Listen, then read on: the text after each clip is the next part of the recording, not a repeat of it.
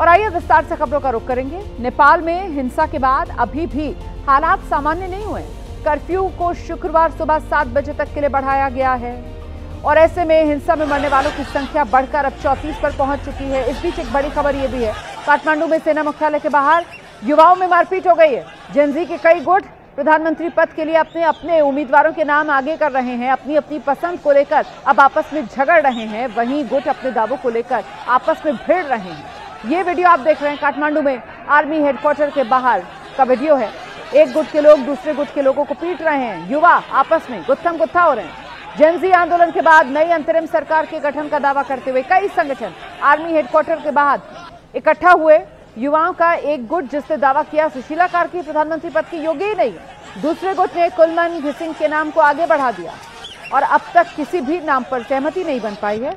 लेकिन जो युवा नेपाल में क्रांति करने निकले थे वो अब आपस में लड़ रहे हैं। ये तस्वीरें देखिए आप, सोशल मीडिया पर कुछ यूजर्स कमेंट कर रहे हैं, जेन जी रील बना सकते हैं, पीएम नहीं बना सकते।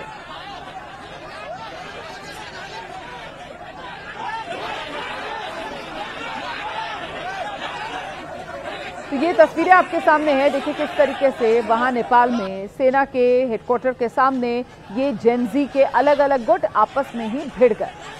क्रांति के लिए सड़क पर उतरे थे ये युवा, लेकिन अब कैसे अपनी पसंद का प्रधानमंत्री पहुंचे पद पर, उसी को लेकर एक दूसरे से भिड़ते हुए ये युवा नजर आ रहे हैं। एक दूसरे के साथ गुत्थम गुत्था होते हुए ये युवा नजर आ रहे हैं। जब तक तख्ता पलट करना था, जब तक केपी शर्मा ओली को सत्ता से हटाना था, तब तक ये युवा एक साथ थे, एकजुट थे। लेकिन अब जब वक्त आया है अंतरिम सरकार के नए मुखिया के नाम पर मुहर लगाने का, तब इनमें आपस में ही गुत्थम गुत्था शुरू हो गई है। आपस में ही एक दूसरे से भिड़ रहे हैं।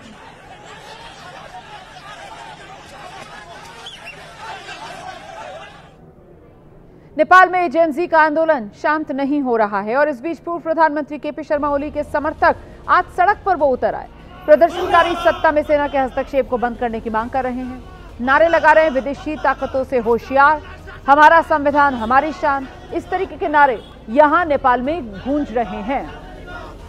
तो केपी शर्मा ओली की पार्टी के लोग सड़कों पर उतरकर संविधान बचाओ, देश बचाओ, हमारा संविधान हमारी शान, इस तरीके के नारे लगा रहे हैं।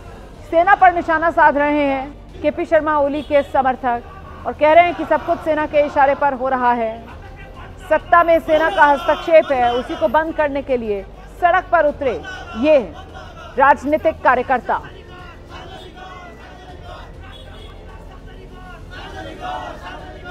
वही काठमांडू में आंदोलनकारी युवा कह रहे हैं उन्होंने देश बनाने के लिए आंदोलन किया, लेकिन अब नेता बनाने के नाम पर राजनीति हो रही है।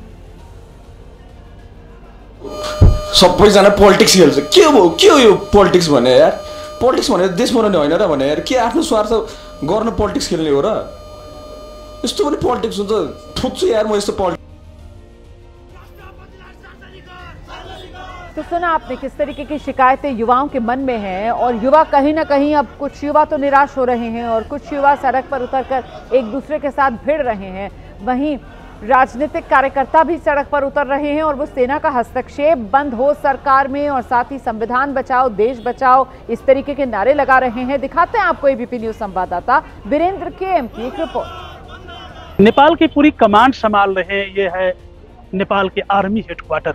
ये आर्मी हेडक्वार्टर से जंगी अड्डा भी कहा जाता है और नेपाल का सारा शक्ति अभी इसी में निहित हो गया है। हालांकि इसी के अंतर्गत में सारे लीडर को भी रखा गया है, जो कल तक प्रधानमंत्री थे, जो कल तक मंत्री थे, जो कल तक नेता थे, सारे को यहीं पर सुरक्षित रखा गया है। ये जंगी अड्डा है और देश का अभी सारा सुरक्षा का व्यवस्था भी जंगी अड्डा ही देख रही है। लेकिन अब ये पेचीला बन गया है कि आने वाला दिन में अब प्रधानमंत्री कौन बनेंगे, देश को नेतृत्व कौन करेंगे, लोकतंत्र का जो बहाली है, लोकतंत्र जो बहाली है उसको कायम रखा जाएगा कि नहीं रखा जाएगा, कई तरह का जो है इसमें प्रश्न उठ रहे हैं। लेकिन ये सहज है कि नेपाली सेना जो है समन्वय करने की काम कर रही है, खास करके नई सरकार बनाने के लिए राष्ट्रपति जो सर्वे सर्वा सेना के हेड होते हैं, राष्ट्रपति से भी समन्वय करने का काम कर रहे हैं। ये जंगी अड्डा वही जंगी अड्डा है जिस जंगी अड्डा के अंतर्गत अभी पूरा देश कमांड में है। अब यहाँ आगे जो देख रहे हैं लोग का भीड़, ये जेनजी पुस्ता के कुछ प्रतिनिधि है, अंदर में कुछ जेनजी पुस्ता से बातचीत चल रही है। और उस बातचीत के ये लोग इंतजार में बैठे हैं कि क्या अंदर होने वाली है। ये स्थिति अभी यहाँ का बना हुआ है। कैमरा पर्सन अनंत कुमार के साथ Virendra KM, ABP news, Kathmandu. देखिए, नेपाल के अलग अलग हिस्सों में प्रदर्शन देखने को मिल रहे हैं। बानेश्वर में नेपाली कांग्रेस की नेपाल विद्यार्थी संघ ने प्रदर्शन किया है। हाथों में बाकायदा तख्तियां लेकर विरोध जता रहे हैं। इन तख्तियों पर विदेशी हस्तक्षेप बंद करो, इस तरीके के नारे लिखे हुए हैं। संविधान की रक्षा करो, इस तरीके की मांग की जा रही है। राष्ट्रपति को सार्वजनिक करो, ये मांग भी लोग नारों के जरिए कर रहे हैं, क्योंकि राष्ट्रपति कहां है, इसको लेकर लोगों के मन में कई सवाल हैं। बहुत से लोगों को ऐसा लग रहा है जैसे सेना ने राष्ट्रपति को बंधक बना लिया है। तो कुल मिलाकर फिलहाल नेपाल की जो सियासत है, उस सियासी फिजा में कंफ्यूजन बहुत ज्यादा है, और वो कंफ्यूजन इन नारों के जरिए भी देखने को सामने आ रहा है कि कैसे लोग चिंतित हैं अपने देश हित को लेकर, लोग चिंतित हैं अपनी संविधान की रक्षा को लेकर, और लोग चिंतित हैं राष्ट्रपति की सुरक्षा को लेकर। राष्ट्रपति को सार्वजनिक करो, ये मांग भी लोगों की तरफ से की जा रही है। ऐसे नारे भी लोग सड़कों पर लगा रहे हैं, हाथ में पोस्टर लेकर उतरे हुए।